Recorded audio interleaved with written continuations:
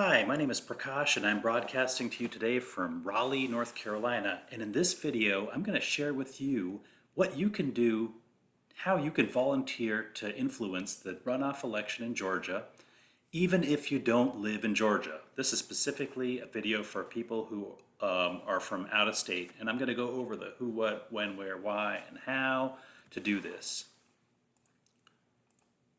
So first of all, why is this runoff important? I'm sure you've heard quite a bit about it on the news. If both Georgia Democrats candidates win their seats in the Senate, then for the next 2 years, whenever there's a tie in the Senate for any vote, Vice President Kamala Harris will be casting the deciding vote. And so that's good in terms of allowing the Biden administration to move forward with their progressive agenda.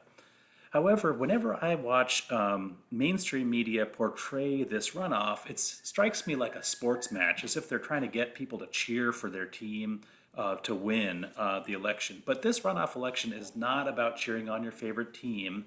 There's actually a lot more to it than that. To drive this point home, I wanted to share a bit of a video that's put out by Vox. It's called The Weird Rule That Broke American Politics. These 100 people are the U.S. Senate. They pass laws. They vote, and when a majority says yes, it passes. But these days, the Senate doesn't do that very often. The Senate holding 2 votes, both failed. It's completely dysfunctional. 4 versions of gun control proposals, and all 4 failed. See, the Senate has this rule. It says before they vote, 60 people have to agree to have the vote. That means just 41 people, a minority, can entirely block a bill. This is called a filibuster. Early on, filibusters were rare. This is a chart of the number of times the Senate has had a vote to break a filibuster in the last 100 years. But in the last 50 years, they started to grow. And now, almost every big bill is filibustered. The US Senate is broken, and the filibuster broke it.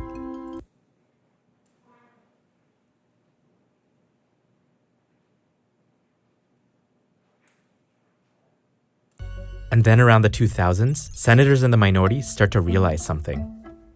They can gain more politically by fighting than by cooperating. So they filibuster everything the other party wants to do. That's what leads to this spike. Now, almost every big bill is filibustered. Finally, in 2013, the Democratic majority makes a change to the rules that says the filibuster no longer applies to certain confirmation votes. In 2017, the Republican majority makes another similar change. Both times, it feels like a huge deal.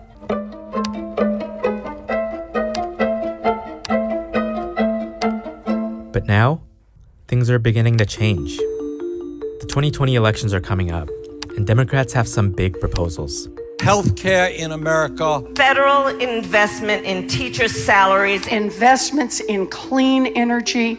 But Democrats know even if they have a majority in the Senate, they're not going to get the 60 votes needed to overcome a filibuster. And that's why a new idea is now on the table. Would you urge the Senate Democratic leader to get rid of the filibuster? I think we have to have that on the table. To get rid of the filibuster. Get rid of the filibuster. Getting rid of an old tradition naturally feels radical. But here's one more story about the filibuster. The Senate is only one half of Congress. The other half, the House of Representatives, also used to have rules that allow the minority party to filibuster bills. Then, in 1888, Republicans won control of the House, but the filibuster rules kept them from actually passing anything. It was like the election and ultimately the will of the people didn't even matter. So, they got rid of it. And the reasoning was pretty simple. If the party that loses an election can block the winners from doing anything, what does it mean to be a democracy?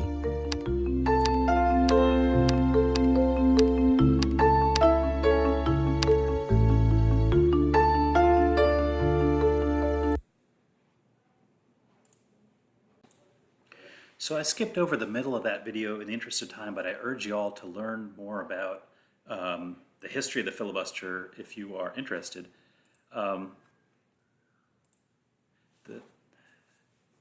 As an aside, there's probably a number of people watching this video who can remember when President Obama promised change in all of these areas in education, addressing climate change, gun control, immigration, healthcare.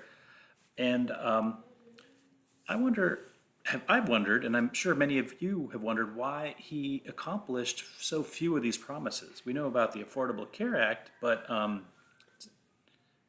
it makes you wonder what happened with the other things. And putting together the video you just saw, you guessed it, Obama was stopped by the minority within the Senate. This this graph that's shown here, that spikes in the last decade or so, it turns out from 2007 to 2014, the minority Republican leader of the Senate Republican caucus, Mitch McConnell, filibustered a number of bills, just about obstructed everything that the Democrat-led House or even the Democrat-led Senate wanted to pass. So again, you might have a number of questions about the filibuster, like why didn't Senate Democrats end the filibuster back when Obama took office in 2009, or if even if the Georgia candidates win this time, won't the Republican minority be able to stop the Democrats from ending the filibuster? And there are answers to these questions, but it'll take me too long to get into them in the video. And you might be able to find other resources that do a better job of explaining it on the internet.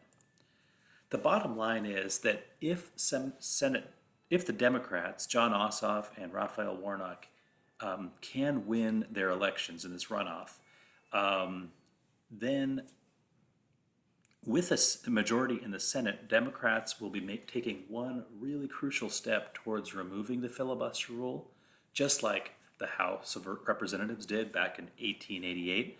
And removing this will then enable the progress that was envisioned by Joe Biden and Kamala Harris in their campaign, and may even help achieve many of President Obama's campaign promises. So, to put it all together, in essence, what we're talking about here is on the Georgia ballot, all of these issues are really on the ballot this winter. Education, climate change. If you see an issue up here that you care passionately about, then it's really important for the Georgia Senate candidates to win. Because if Republicans control the Senate for 2 more years, they have pretty much already promised to obstruct every measure that's proposed by the Democrat-led House and every measure that's put forward by the White House, like improvements to Obamacare. To give you one specific example that I am really passionate and active in, I wanted to share about House Resolution 763, which is a carbon fee and dividend proposal that's been introduced by Republicans and Democrats in the House of Representatives.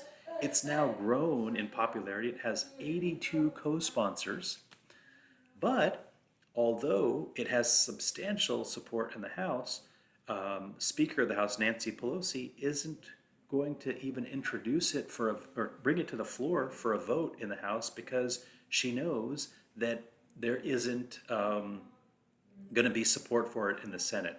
So progress on important issues like climate change in this case, as well as immigration, as well as gun control, cannot be made because our Senate is broken, as was stated in the beginning of that Vox video.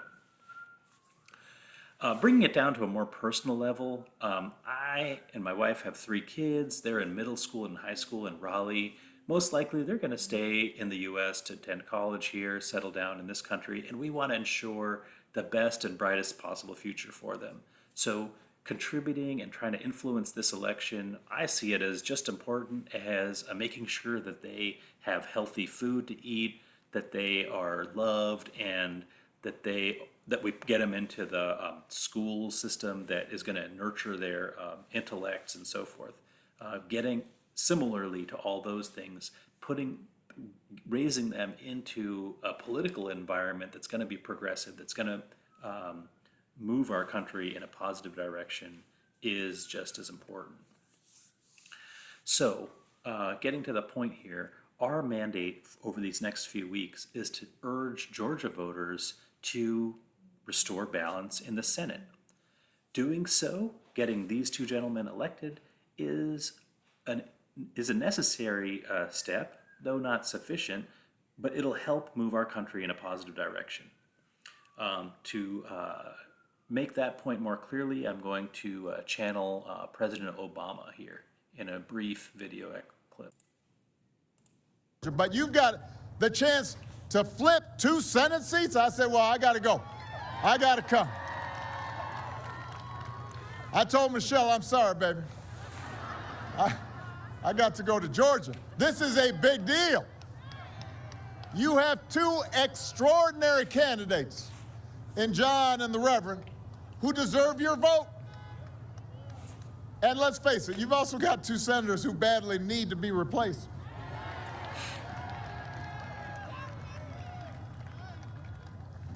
Look, I served in the Senate. I remember when we used to get briefings in the Senate for threats, including the kinds of briefings that your 2 current senators got about COVID-19. They got briefed. You know, you go into this room and it's all top secret and you got to kind of close everything off, and you can't take anything out of the briefing room because this is part of your responsibility as a public servant. And the point of these briefings is so that you can take quick action to protect the American people before it's too late. That's why the Senate gets these special briefings, to serve the interests of the people who have sent you to Washington, to serve their interests before your own. When I heard that your 2 senators here in Georgia, and understand, what I'm about to say now is not a partisan statement. I'd be just as hard if I heard a Democrat was doing this. Your 2 senators publicly were telling you that the virus would be no big deal. But behind closed doors, they were making a bunch of moves in the stock market to try to make sure their portfolios were protected instead of making sure you were protected. Man, that's shady.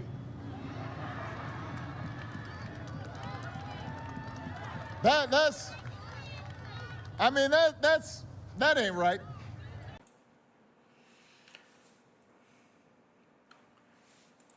So hopefully you could hear that. I'm new to inserting these YouTube videos in Zoom, so I know sometimes the audio can go way down. All right, let's move on to the second part of this presentation. How can you help influence this election? The first and most obvious way, you've probably received texts and phone messages about this, is to donate to the Georgia Democratic Party or donate to the Warnock campaign, the Ossoff campaign. Just last week, both of the campaigns were folded into the Georgia Democratic Party, and both the Republican and Democrat parties are spending upwards of $100 million on their runoff campaigns. So it is an expensive election. It is important to donate to the campaigns if you're unable to help in any other way. But Raphael Warnock makes a good point that money alone doesn't win elections. And an excellent example of this is the November election between Warnock, Loeffler, and about 20 other candidates for that Senate seat. Kelly Loeffler is the richest member of Congress. Her net worth is more than $500 million, whereas Raphael Warnock is a Baptist minister with much, much lower means. And yet, Raphael Warnock got 250,000 votes more than Loeffler. In fact, when this information surfaced that President Obama just shared in that rally about Loeffler trying to protect her portfolio, she spent $4 million of her own money to put out ads that would try to discredit that accusation. So a huge war chest on the Loeffler side, and yet that money wasn't enough to get her more votes than Warnock. So donating is important, but it's not the whole story. Okay, the next thing you could do, and maybe you've seen about this on the internet, is you could make phone calls to Georgia voters or send them text messages. But the fact of the matter is, and most of you probably already know this, most voters have grown numb to these phone messages and text messages, especially after the November election. So I question the efficacy of that approach. The new method that I've heard recently from a friend is to write postcards, personalized postcards to Georgia voters. And if you're unable to travel to Georgia, I think this is a good solution, in addition to donating some of your money to the Democratic Party. But the most valuable way that you can influence this election is by door-to-door canvassing or campaigning. And that's what I'm going to be talking about for the remainder of this video. So, what does that mean? How do you canvass? There's a couple of steps. You would download a free app onto your smartphone. It's called Minivan, and you take a brief tutorial. You could go down then to a county office of the Georgia's Democratic Party, and they have offices in all 159 counties. Over there, you'll meet with a staff member. They'll have you pass a health screening and check your temperature. And then they'll give you brochures and door hangers about the two candidates, as well as possibly they might give you a mask and gloves and t-shirt that'll show people that you're visiting, make it obvious that you are there on behalf of the Democratic Party or on behalf of these two fine Senate candidates. In addition, they'll give you a code that you'll punch into the Minivan app that once done, it'll download for you a list of about 50 voters that you're going to go and visit. The list of voters that you get off the Minivan app will, number one, already be registered to vote. Number two, they won't be registered Republicans. And number three, they will not have voted yet. They would not have already cast their vote by mail or at an early voting site. Okay?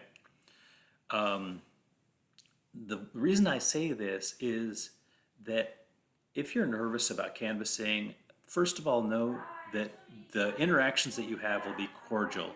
You won't be visiting staunch Republicans. Moreover, you won't be wasting your time visiting non-citizens or people who are ineligible to vote for whatever reason. Most likely, you'll be doing one of two activities. You'll be either visiting people who haven't voted yet, trying to help them make a plan to vote on January 5th or at their early voting site, or you'll be doing what's called ballot chasing. That is, you'll be visiting people who've requested a mail-in ballot, but for one reason or another haven't submitted it yet to their county drop box.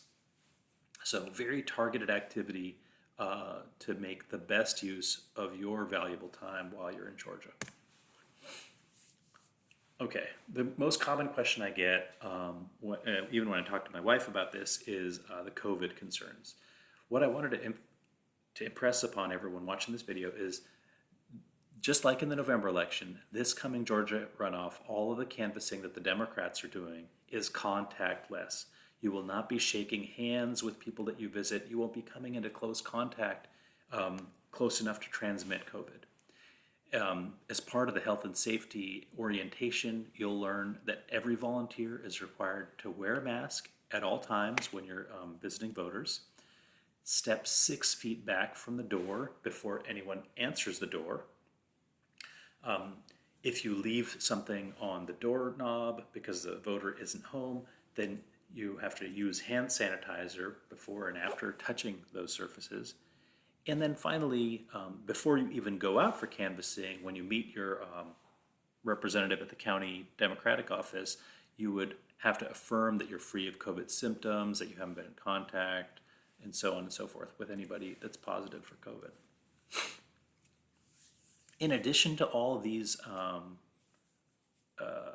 precautions, the field staff at the county offices have been trained on safety and health by the epidemiologist for the Ossoff and Warnock campaigns that they've hired. And the campaigns also have a full-time staff member who's been ensuring that safety protocols are followed throughout this pandemic, due to the pandemic. So overall, all of this is to say that if transmitting COVID or becoming a vector for this disease is your primary concern that's stopping you from going down to Georgia, don't let that stop you. You can find, in addition to what I've written on this slide, a number of articles on the internet that will hopefully put your concerns to rest in this regard, because they have really thought of everything, and this will be a safe activity that won't increase infections for you or for the people you're visiting. All right, here we are on the third part of the video, which is when to do this canvassing. You know, the trite response to that is there's no time like now, get out there today if you can, but let's do this in a strategic way. Let's look at first what the key dates are for this Georgia election. Absentee voting began on November 18th, that's voting by mail, and last week the deadline to register to vote just passed on Monday. So starting next Monday, starting December 14th through the 31st is when early voting is going to happen, and then mail-in ballots as well as in-person election day voting has to be finished by Tuesday, January 5th. So if you're traveling into Georgia from out of state, the very best dates to canvass are during this time window, from December 26th all the way up to the day before Election Day. Why do I say that? Because by December 26th, most, if not all, of the people who are really engaged to vote will have already done so by mail or will have already visited their early voting place and cast their ballot. So you won't be wasting your time visiting people who are already know what to do and have already done it.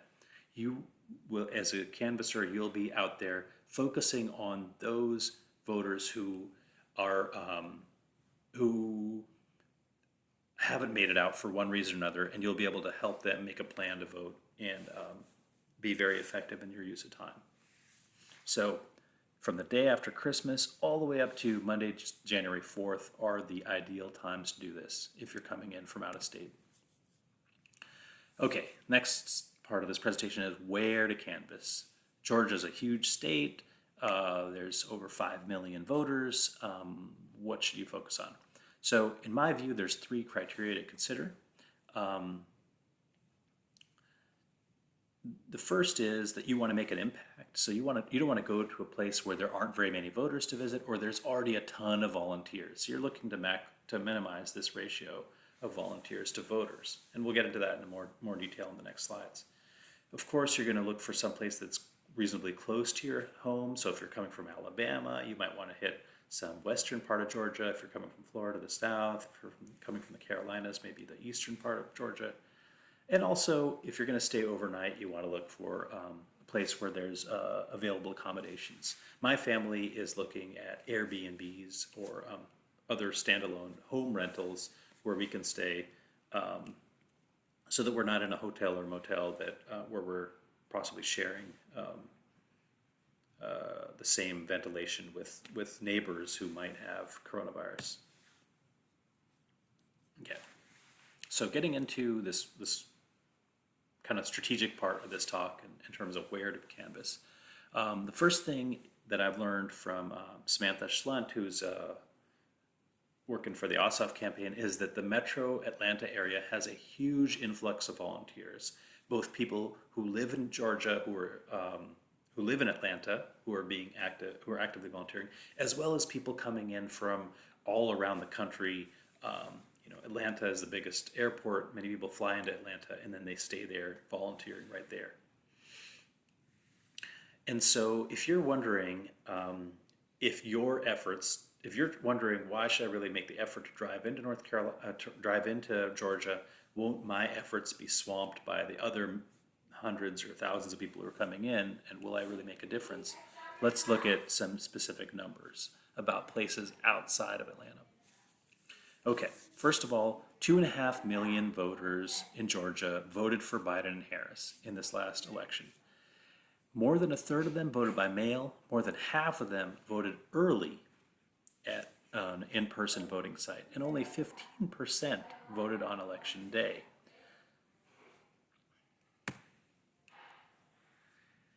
If we use these numbers as an estimate, if we just focus on the people who voted in person or either earlier on election day, then 2/3 of voters in Georgia are voting in person. Only 1/3 are voting by mail. So that leaves about 1.6 million potential voters whose doorsteps need to be visited all across the state.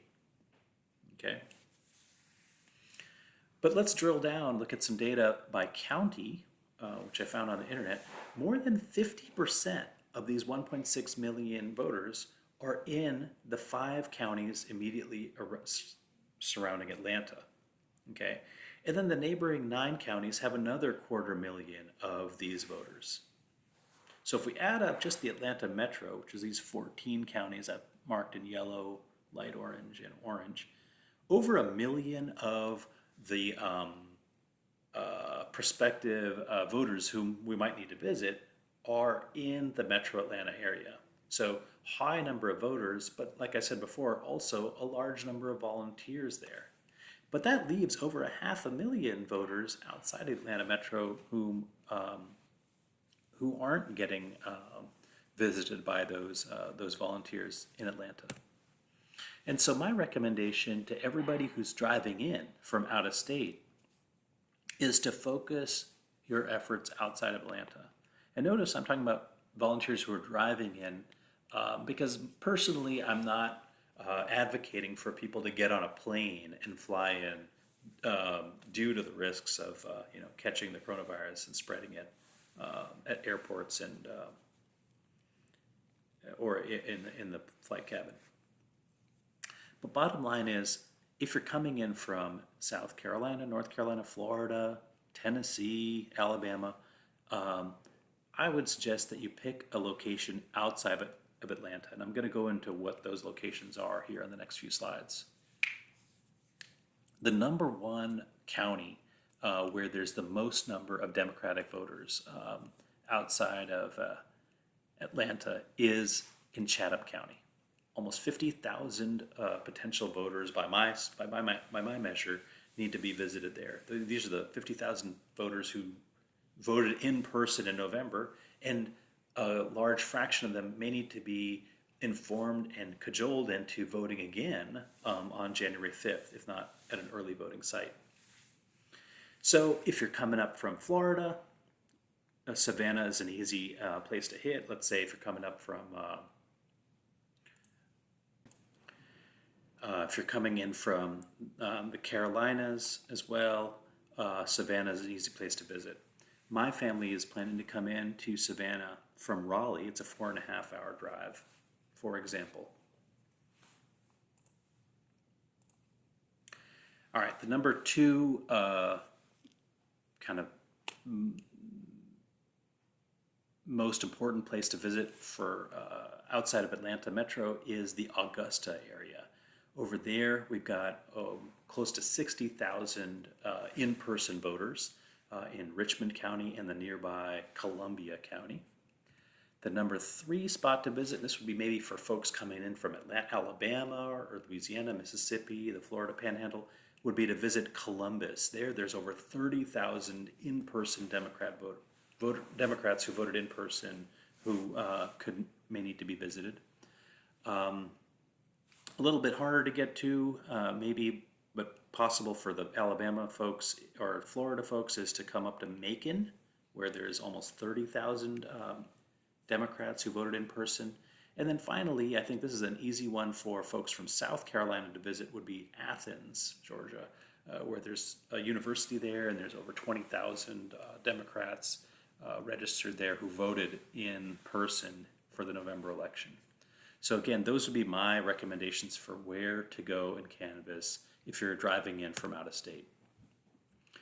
Here's an example itinerary. This is the one I put together for our family, which would be to first travel to Savannah, canvass there on December 26th, 27th, and 28th in Savannah, as well as in the rest of Chatham County. And then my suggestion would be to take a break for a day, maybe drive up to Augusta, and then canvass up in Augusta for in Richmond County and Columbia County up till and through that next weekend, the New Year's weekend. I wasn't able to convince my family to do this entire itinerary, but we are going to definitely go for the first weekend, and then maybe I'll come back to do some canvassing in Augusta by myself or with one of my kids. A big question I get is how much can I really help? So I wanted to give you some metrics for that. I did canvassing before for Andrew Yang's campaign as well as the Biden-Harris campaign, and I'm able to visit about 25 doorsteps an hour. It's assisted a lot if I'm going in a pair because one person can manage the app while the other person hangs the flyers or passes out the flyers. But at that rate, if you figure you're making a trip all the way down to Georgia for this, you might as well spend a good 4, 5, 6 hours per day on it. You could definitely hit 100, visit 100 doorsteps per day of canvassing. If you bring your family like I'm doing, maybe you can break up into 2 groups, mom with 1 kid or a dad with 1 or 2 kids, and then you could hit maybe 200 doorsteps per day with your family. Bring your friends, you could multiply it even more. For me, my goal is that our family reaches 1,000 doorsteps during that last week before early voting. So that's a target we're setting, and 1,000 doorsteps sounds like a lot, but statewide I've seen some groups that have a goal to knock on 750,000 doors. They feel like that's the number that Georgia, the Democrats need to reach in order to really win this election. So our family is really only covering, a fraction, 0.1% of the total. But again, by being strategic in where we go, we're making sure that the 1,000 doorsteps that we visit are places that aren't already being inundated by numerous other volunteers, by staying away from the Atlanta metro region and focusing in on these larger towns where there's a high concentration of Democrats. Bottom line is that even with our efforts, with the efforts going on in Atlanta, there are many, many more hands that are needed to help with this this very, very important campaign. And that brings me to the final piece of this presentation, which is the who. Obviously, if you're watching this video and you've gone this far, the answer is you. But to generalize that a bit more, who should be canvassing? I think everyone who has the resources and cares deeply about the progress of this country. That is, you have the means to make the trip, and you're healthy enough to do this kind of work, and you have a vision for a better future for this country that will not have obstructionist policies or obstructionist politics continuing on in the Senate as we've seen for the last couple of decades. In addition, everyone who supported the removal of President Trump from the White House, they, it's not enough to just get Biden and Harris into the White House because, as I showed with that Vox video, they're going to, their campaign agenda can't be achieved in large part without cooperation from the Senate. And I would go so far as even to say everyone who really cares about future generations, the strength of our country on the global stage, safety of children in schools, all these issues are on the ballot in Georgia this winter. And so if you care about any of those issues that I showed on a previous slide, immigration, healthcare, gun control, climate change, and you've got the resources to make a trip like this, please consider it for your Christmas holiday, your family vacation that you're probably already canceled due to COVID. What better way to spend this time than to pitch in and influence the democratic process? All right, how do you take action? You can go to this website, mobilize.us/Georgia Democrats. And once you're there, you click on the More Filters button. Let me see if I can show you that right here on this video. All right, here I am on the Mobilize website /Georgia Democrats. What you could then do is click on this More Filters button. Go down in here and you could type in the location. I'm putting in Savannah, but you can also find events in Columbus and Augusta. Athens doesn't have any events right now, but I'm sure they will in the near future. Then put in your dates. I was just putting in a broad range of dates, like those that I suggested in the video, December 26th through January 4th, and then just skip all these other options and click Apply Filters. When you do that, you'll find times and dates when you can go to, and locations where you can go down to, in this case, Savannah. And let's come back to my slides. And at those locations, you'll be put in touch with a volunteer. They'll tell you where and when to show up, where you can collect materials like flyers and door hangers, as well as get the safety briefing and get oriented as to what you need to do. So, thanks for watching this video. I want to acknowledge several people who inspired me to put this together. Here are some other resources where you can get information about the safety, the COVID safety of canvassing in Georgia. And then for those who want one more last bit of inspiration, I'll share one more video. And I just want to say thanks for watching, and I hope to see you out in Georgia. If you have any questions, feel free to comment on those here in the YouTube page. And I look forward to getting a big win for Senate Democrats in this coming election. Thanks.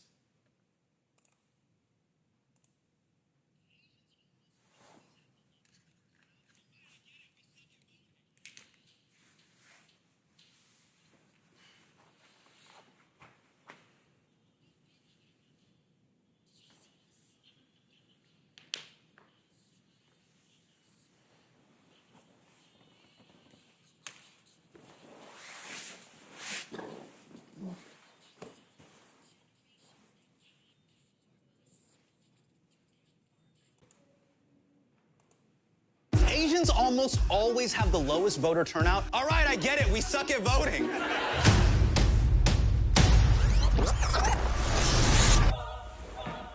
We've been here. Did you see us? Working, striving, serving, building. Hey, culture vulture, die eating samosa. Too brown for the label, too privileged for the culture. The generations that came before us spoke through their work. Our generation speaks through our culture, our style, our intelligence, our talent. But what about our voice at the ballot box? This year, we spoke with our vote. The number of Asian American voters grew 7 times. Show you what I am made of. Is this what you're afraid of? The President-elect of the United States, Joe Biden. Up here. Hell yeah. My people, but they say I'm not a leader. And now right up in the bleachers. We spoke for change. For ourselves. For our people. For our country.